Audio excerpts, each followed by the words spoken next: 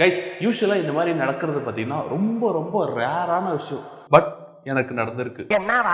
என்னன்னு பார்த்தீங்கன்னா, இந்த மொபைல் இருக்கிற டெம்பர் கிளாஸை சேஞ்ச் பண்ணி ஆல்மோஸ்ட் 1 இயருக்கு மேலே ஆகுது. இது வரைக்கும் எந்த ஒரு ஸ்கிராச், எந்த ஒரு டென், எந்த ஒரு ஏர் பபிள்ஸுமே கிடையாது. இப்போ நான் இதை மெயின்டைன் பண்ணலாமா இல்லை 1 இயருக்கு மேலே ஆயிடுச்சுன்னு சொல்லி சேஞ்ச் பண்ணலாமா? சொல்லுங்க சொல்லுங்க சொல்லுங்க சொல்லுங்க. எனக்கு ஸோ இதை பற்றி சாட் ஜிபிடி கிட்ட நம்ம கேட்கும்போது சாட் ஜிபிடி நமக்கு சொன்ன விஷயங்கள் என்னன்னு பார்த்தீங்கன்னா, உங்கள் மொபைல் இருக்கிற டெம்பர் கிளாஸ் எந்த ஒரு ஸ்கிராச்சும் இல்லாமல், எந்த ஒரு ஏர் பபிள்ஸும் இல்லாமல், அதில் இருக்கிற டச் ரெஸ்பான்ஸையும் நல்லா ஒர்க் ஆகிட்டு இருக்கு அப்படின்னா நீங்க கண்டினியூ பண்றது பெட்டர். இப்ப சொன்ன விஷயங்கள்ல ஏதாச்சும் குறைபாடுகள் இருந்துச்சு அப்படின்னா சேஞ்ச் பண்ணிருந்து நல்லது. ஈவன் நம்மளுடைய டெம்பர் கிளாஸ் broken ஆகாம நல்லா இருந்தாலுமே.